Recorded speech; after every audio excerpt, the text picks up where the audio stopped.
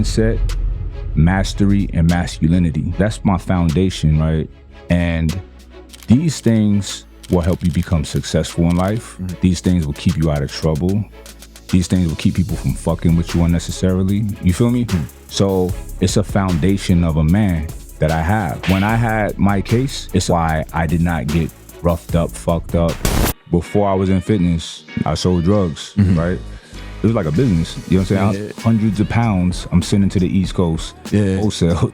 You did a bid back in the day. I had some scrimmages with the law. Oh, okay. Right? I have an aggressive side to me. What happened was I had committed what's considered a dangerous offense, right? It was self-defense.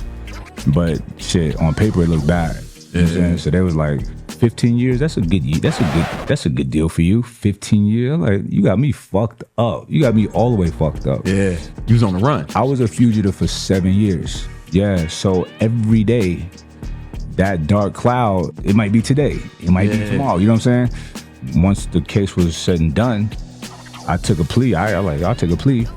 She was like, you're not a criminal, get out my courtroom. Okay, so you didn't have to do no time. Nah, I mean, I had to sit still for part of the adjudication process. Right. Because it happened in Arizona. I got caught in California. So you can't bond out of a state that it didn't happen. So they hold you till they extradite you. That shit is bad. The transportation is like slavery. Like, so they shackle you, your ankle, your wrist, like down to your ankle, like close. So it fucks your back up. You're in a van that's linked like this. So they make it very uncomfortable. No windows in it.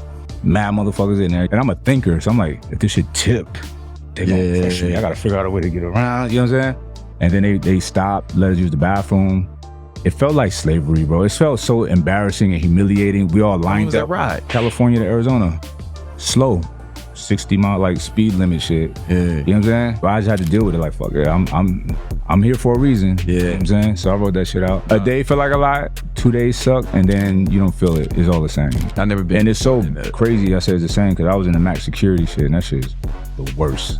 But you get used to it. Humans are so magnificent. We're the best of the best, right? It's all about adaptation. If we don't adapt, we die. We won't evolve. So you have to adapt to your situation or you're gonna go crazy. Yeah. People go crazy.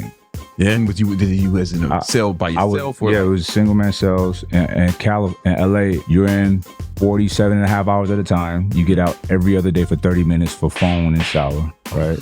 But I was out all the time because I had money. So I would trade food items, commissary items for people's time. They had nobody to call. They didn't give a fuck about taking showers. So I'm on the phone, you know what I'm saying? Yeah. You know, running my social media, running my businesses and shit. And jail is where I started writing my ebooks. You know what I'm saying? So I had time. I could sit down and write it. Yeah, some of the best literature was written in jail. No, that's a fact. Bro. Yeah, you gotta think.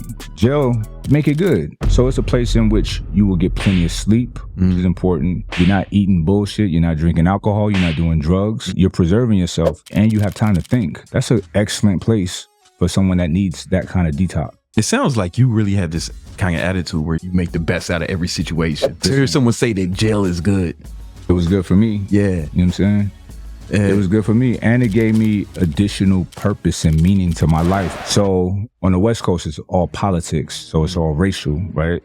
Blacks, whites, and Mexicans, right? Now, how it is on the West Coast, whites and Mexicans, if some shit pop off, they got to come together. Then it's just us. You know what I'm saying? So there's a spokesperson for every group for every race and every pod, right? A pod is like a group of cells. So every pod, maybe 30, 40 cells, maybe 80 men in each pod, right? So when I walked in, the blacks tried to make me the spokesperson. Like, I'm good, bro. This is y'all shit, bro. Yeah, I ain't gonna be here long, this is y'all shit. And my cellie was white, right? So the races can't feed each other, right? You can't share food. That's the politics, right? So me and my cellie, we had a cool talk the night that I got there. Shout out to dude, I liked them. That morning, the Woods, white boys, they call Woods, they had a meeting. He come to me and he said, look, the first thing that pop off, the Woods are gonna jump you. So I just thought I'd let you know. I'm like, I'm not worried. But I appreciate him for telling me. Yeah, to do that shit. So, but nothing ever happened. So when we get spreads made, I tell, like, they come to get items for me, the blacks. I said, make me too and make him too. My cellie was white. They be like, what? Yeah, he's cool. And they do it. I was like breaking the rules, you know what I'm saying? But that's just my character, bro. You're not telling me what to do. This dude is cool. He's a good dude. Like, I don't give a fuck. You know what I'm saying? Everybody was coming to me to resolve conflicts for the blacks. So they respected me. My leadership skills really manifested in there. You know what I'm saying? Here's the thing about jail. There's no bullshit. Money don't matter. You know what I'm saying? Family, who your brother, none of that shit. It's a bunch of men. It's a bunch of dangerous men amongst each other, right? Going there acting like a tough guy, they're gonna get you. You know what I'm saying? Going there acting like a bitch, they're gonna get you. So it's balancing it all. You know what I'm saying? Respecting everybody, treating everybody good, not overstepping boundaries, not acting like a bitch, not retreating. You know what I'm saying? Speaking up when it's needed, all of that shit. So it helped fortify my leadership skills. And how did that help you once you got out? Yeah, I mean, you know, a leader, look at like our closest relatives in nature is chimpanzees, right? So the alpha is not the biggest, strongest guy. He's formidable, right? But he's not, there's bigger chimps than him. But he's the one that's fair. So another two chimps fighting, he go and stops it. A chimp can't get food, he gives it to him. So, you know, it helps. He looks out for everyone. He looks out. Yeah. You know what I'm saying? That's a good leader.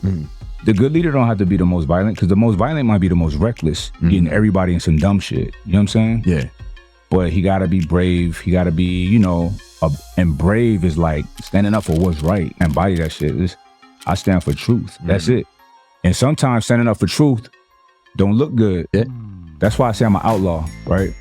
Because the outlaw is one who he creates rules and laws for himself, and he lives by it, independent of the laws of the land. Now, and it's very specific, it's very important that I say this, because the laws of the land, when I had my case, if it was up to them, I would be in prison. You would never have met me. I disagree with those laws.